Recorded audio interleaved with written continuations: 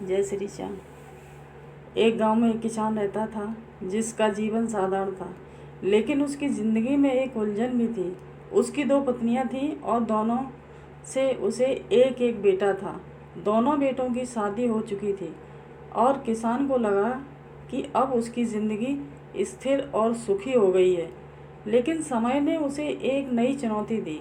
जब उसके छोटे बेटे की तबीयत अचानक बिगड़ने लगी, बड़े भाई ने अपने छोटे भाई का इलाज करवाने की पूरी कोशिश की। उसने गांव के आसपास के वैद्यों से परामर्श लिया, लेकिन छोटे भाई की तबीयत में कोई सुधार नहीं हुआ। धीरे धीरे खर्च बढ़ता गया और छोटे भाई की हालत और भी बिगड़ती चली गई। बड़े भाई के मन में चिंता ने धीरे धीरे एक कड़वाहट का रूप ले लिया। एक दिन बड़े भाई ने अपनी पत्नी से सलाह मशवरा किया। उसने कहा, यदि छोटा भाई मर जाए तो हमें उसके इलाज के लिए और पैसा खर्च नहीं करना पड़ेगा। उसकी पत्नी, जो उसकी सोच में सहभागी हो गई थी, ने एक भयानक सुझाव दिया। क्यों ना किसी वैद्य से बात करके उसे जहर दे दिया जाए।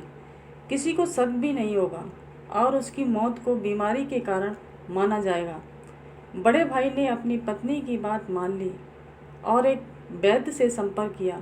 उसने वैद्य से कहा, जो भी तुम्हारी फीस होगी मैं देने को तैयार हूँ, बस मेरे छोटे भाई को ऐसा जहर दे दो जिससे उसकी मृत्यु हो जाए। लालच और निर्दयता से भरे वैद्य ने इस नृशंस प्रस्ताव को स्वीकार कर लिया और छोटे भाई को जहर दे दिया। कुछ ही दिनों में छोटे भाई की मृत्यु हो गई। बड़े भाई और उसकी पत्नी ने अंदर ही अंदर खुशी मनाई, यह सोचते हुए कि अब रास्ते का कांटा निकल गया है और सारी संपत्ति उनकी हो गई। छोटे भाई का अंतिम संस्कार कर दिया गया और समय बीतता चला गया। कुछ महीनों के बाद किसान के बड़े बेटे की पत्नी ने एक बेटे को जन्म दिया। परिवार में खुशी की लहर दौड़ गई और उन्होंने बड़े लाड़ प्यार से बच्चे की परवरिश की। समय के साथ वह लड़का जवान हो गया और उसकी शादी भी धूमधाम से कर दी गई। लेकिन खुशी के ये दिन अधिक समय तक नहीं टिक सके। शादी के कुछ समय बाद बड़े बेटे की तबीयत अचानक बिगड़ने लगी। उसके माता पिता ने उसके इलाज के लिए हर संभव कोशिश की। कई वैद्यों से परामर्श लिया गया और जो भी पैसा मांगा गया वे देने को तैयार थे। अपने बेटे की जान बचाने के लिए उन्होंने अपनी आधी संपत्ति तक बेच दी, लेकिन उसका स्वास्थ्य लगातार बिगड़ता गया। अब वह मौत के दरवाजे पर खड़ा था। शरीर इतना कमज़ोर हो चुका था कि उसकी हालत देखकर दिल दहल उठता था।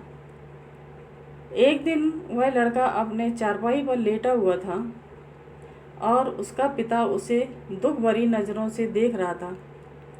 लड़के ने अचानक अपने पिता से कहा, भैया, अपना हिसाब पूरा हो गया, अब बस कफन और लकड़ी का इंतज़ाम बाकी है, उसकी तैयारी कर लो। पिता ने सोचा कि उसका बेटा बीमारी के कारण बड़बड़ा रहा है और बोला, बेटा, मैं तेरा बाप हूँ, भाई नहीं। लड़के ने दुखी आवाज़ में कहा, पिताजी, मैं आपका वही भाई हूँ जिसे आपने जहर देकर मरवा दिया था। जिस संपत्ति के लिए आपने मुझे मारा वही अब मेरे इलाज में आधी बिक चुकी है। हमारा हिसाब बराबर हो गया है। अब यह सुनकर पिता का दिल टूट गया। वह फूट फूट कर रोने लगा और बोला, मेरा तो कुल नाश हो गया। जो मैंने किया वह सब मेरे सामने आ गया, पर तेरी पत्नी का क्या दोष है जो उसे इस बेचारी को जिंदा जलाया जाएगा। उस समय सती प्रथा चल रही थी, जिसमें पति की मृत्यु के बाद पत्नी को पति की चिता के साथ जला दिया जाता था। लड़के ने दुख भरी नज़रों से अपने पिता को देखा और कहा, पिताजी, वह वैद्य कहाँ है जिसने मुझे जहर खिलाया था। पिता ने उत्तर दिया, तुम्हारी मृत्यु के 3 साल बाद वह मर गया था। लड़के ने कड़वाहट से हंसते हुए कहा, वह दुष्ट वैद्य आज मेरी पत्नी के रूप में है। मेरे मरने पर उसे भी जिंदा जलाया जाएगा। कहते हैं परमेश्वर का न्याय अटल होता है। इस कहानी में उस न्याय की झलक मिलती है। जीवन किए गए कर्मों का हिसाब किताब कहीं ना कहीं सामने आ ही जाता है। कहानी के अंत में यही संदेश मिलता है कि जो बोओगे वही काटोगे। जीवन में सच्चाई और ईमानदारी से जीना ही सबसे बड़ा धर्म है। अंततः यही सच है कि धर्मराज लेगा तिल तिल का लेखा, ऋण संबंध जुड़ा है, ठाड़ा अंत समय सब 12 वाटा। दोस्तों, आपको मेरी कहानी पसंद आई हो तो प्लीज़ लाइक और सब्सक्राइब करें। धन्यवाद। जय हिंद, जय भारत।